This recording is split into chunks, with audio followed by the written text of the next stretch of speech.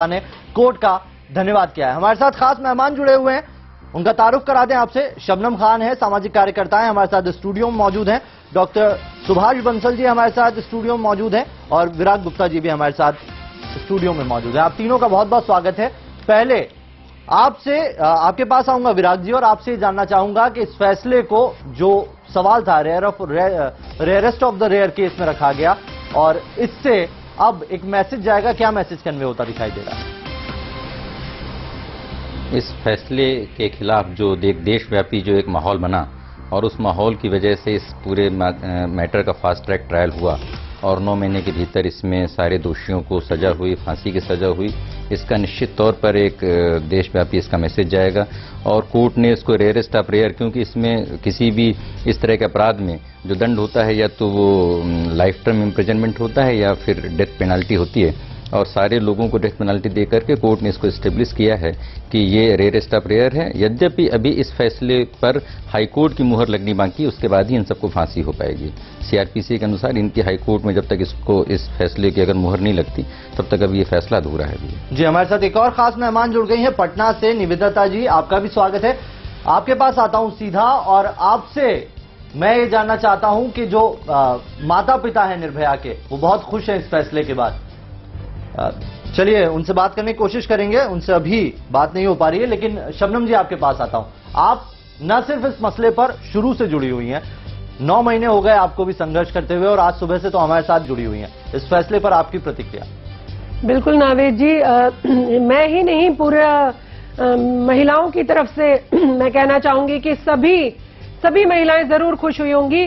लेकिन ये अभी शुरुआत है नावेद जी, ये एक बड़ी नजीर बनकर तो जरूर पेश हुआ है, लेकिन अभी हमें बहुत काम करना बाकी है। हर एक उस केस पर जो कहीं अभी बिखरे पड़े हैं, और लड़कियों की कहीं अभी सुनवाई तक नहीं हो पा रही है। निर्भया को अगर हम इंसाफ दिलाना चाहते हैं नावेद जी, तो हमें हर छोटे छोटे केस पर भी काम करना होगा, और सरकार को और प्रशासन को इसी मुस्तैदी के साथ काम करना होगा। तब हमें सच्चा इंसाफ मिल पाएगा, तभी हम निर्भया को गर्व से कह पाएंगे कि हमने आपके उसमें तो इंसाफ की लड़ाई लड़ी ही, बल्कि आपने जो एक रोशनी जगाई थी, आपने जो एक अलग जगाई थी जनता के अंदर, वो भी काम कर रही है, और लड़कियां कहीं ना कहीं सुरक्षा की तरफ बढ़ रही है। कि वो जो लॉ थी उसे बुझने नहीं देना है।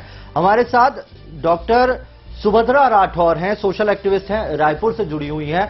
आपका स्वागत है। आपको क्या लगता है कि ये जंग जीत ली गई है, या अभी आगे और लड़ाई?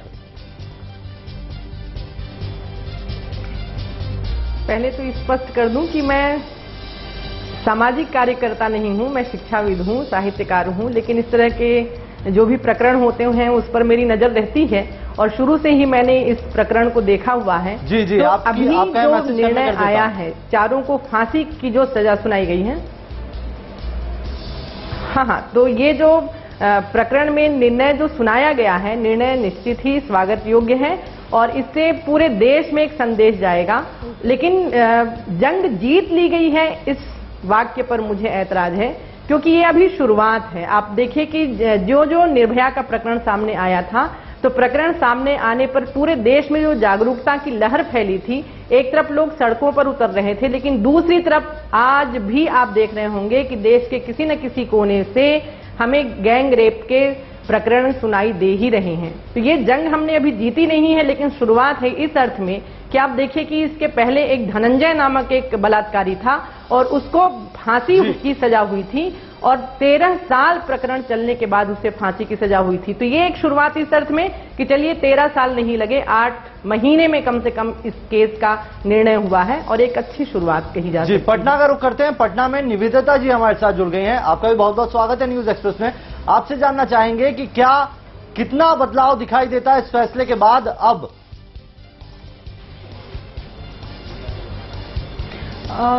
देखिए, सबसे पहले मैं भी ये कहना चाहूंगी कि ये हमारा पहला कदम है, और इस जनतंत्र में अगर ऐसे फैसले होते हैं तो ये न्यायपूर्ण फैसले हैं, न्याय के प्रति हमारी आस्था बनती है।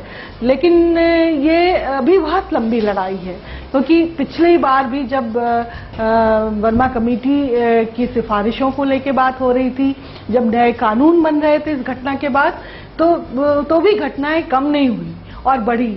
बल्कि मैं चूंकि मीडिया से जुड़ी हुई हूं, तो आप अगर आंकड़े देखें तो हर साल ऐसे लगता है उनसे संपर्क हमारा टूट गया है। सुभाष जी आपके पास आता हूं। वाकई उन्होंने बात तो बिल्कुल वाजिब कही है कि जितना इस फैसले में होना है अभी पहला कदम है, लड़ाई अभी और आगे जानी है, लेकिन इस घटना के बाद इतने तमाम बदलाव हुए, कानून भी बदला है, लेकिन घटनाएं कभी कम होती नहीं दिखाई दे रही। क्या लगता है मैसेज जाने में, कन्वे होने में अभी थोड़ा वक्त लगेगा, थोड़ी देर बाद परिणाम दिखेंगे, लेकिन दिखेंगे जरूर? बिल्कुल ठीक है, ये बात सही है कि जो है कि परिणाम अभी आगे आने वाले हैं और भी, क्योंकि जो और इस टाइप के जो गैंग रेप केसेस होते हैं इन सबको रोकना बहुत जरूरी है और ये आज तक का ये सबसे पहला कदम है हमारे उसका जुडिशरी का। तो जो है कि मैं इस फैसले का बहुत स्वागत करता हूं और लगता है कि जो है कि आगे हमारे समाज में जो है कि इसके ऊपर कुछ बहुत ज्यादा असर पड़ेगा। चलिए तो आपको अब बता देते हैं, एक रिपोर्ट दिखा देते हैं दर्शकों को कि देश को झकझोर देने वाली इस दिल्ली गैंगरेप के चारों दोषियों को आज साकेत कोर्ट ने एक ऐतिहासिक फैसला सुनाया।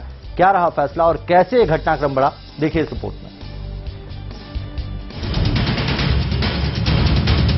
16 दिसंबर 2012 को जिस तरह देश की राजधानी में चलती बस के अंदर गैंगरेप हुआ, उसने पूरे देश को हिला कर रख दिया। 272 दिनों के लंबे इंतजार के बाद दिल्ली की साकेत कोर्ट ने इस केस के 4 दोषियों को मौत की सजा सुनाई है।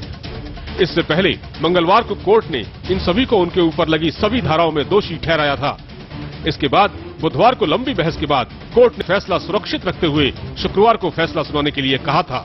बड़े अफसोस के साथ कहना पड़ रहा है, दामनी दिल्ली गैंगरेप केस जो 16 दिसंबर वाली घटना का केस था, जो 9 महीने से चल रहा था, उसमें जजमेंट पूरी तरह से सरकार के इशारे पर किया गया है और जज साहब ने सभी एक्यूज को बिना कुछ सोचे समझे, केवल राजनीतिक दबाव में, बिना किसी गवाही को देखते हुए, सबूतों को देखते हुए, तथ्यों को देखते हुए, सभी कन्विक्ट को जो 4 दोषी थे उनको बराबर का अभियुक्त मानते हुए सभी को फांसी की सजा का ऐलान किया है।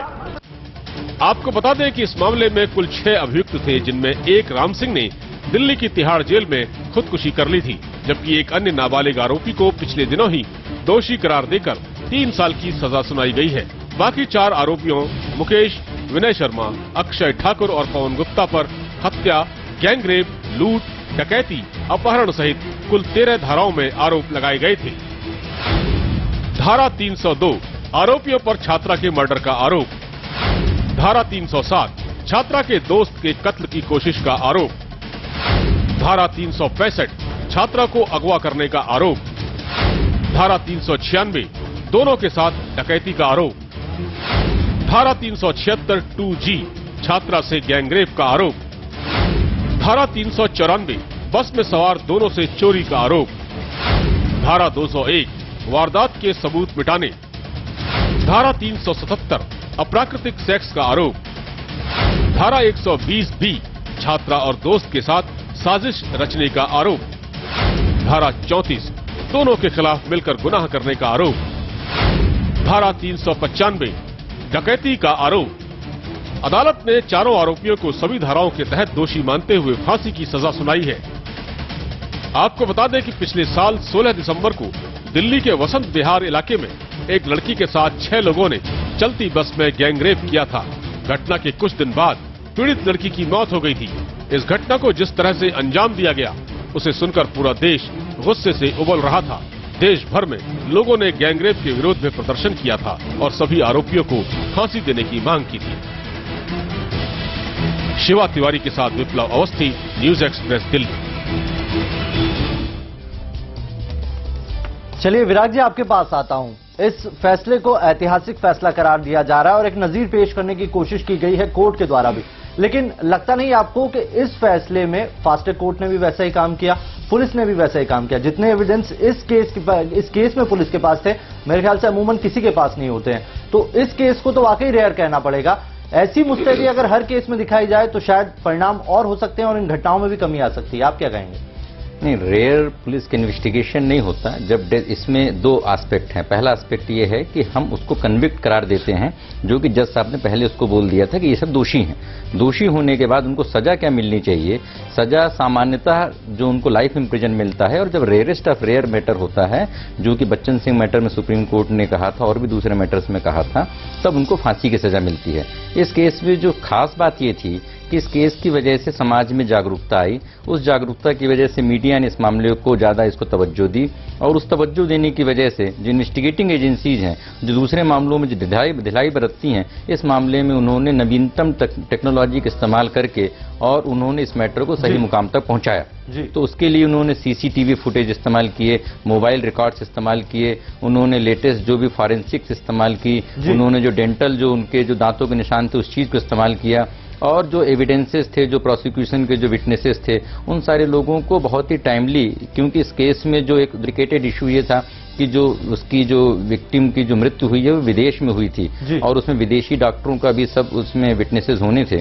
और उन सारी चीजों को मद्देनजर रखते हुए लोग बोलते हैं कि राजस्थान के मैटर को 2 हफ्ते में कर दिया गया, यहाँ पर 9 महीने लग गए, लेकिन उसके बावजूद भी ये मैटर जल्दी हुआ। लेकिन इस मैटर के बाद जो मुख्य मुद्दा ये आता है कि आज भी देश में नेशनल क्राइम रिकॉर्ड ब्यूरो के हिसाब से हर 21 मिनट में एक रेप हो रहा है, और उसमें से बहुत यही चौंकाने वाली बात है। और ये जो सवाल मैंने आपसे किया है शबनम जी से करूंगा, लेकिन एक छोटे से ब्रेक के बाद।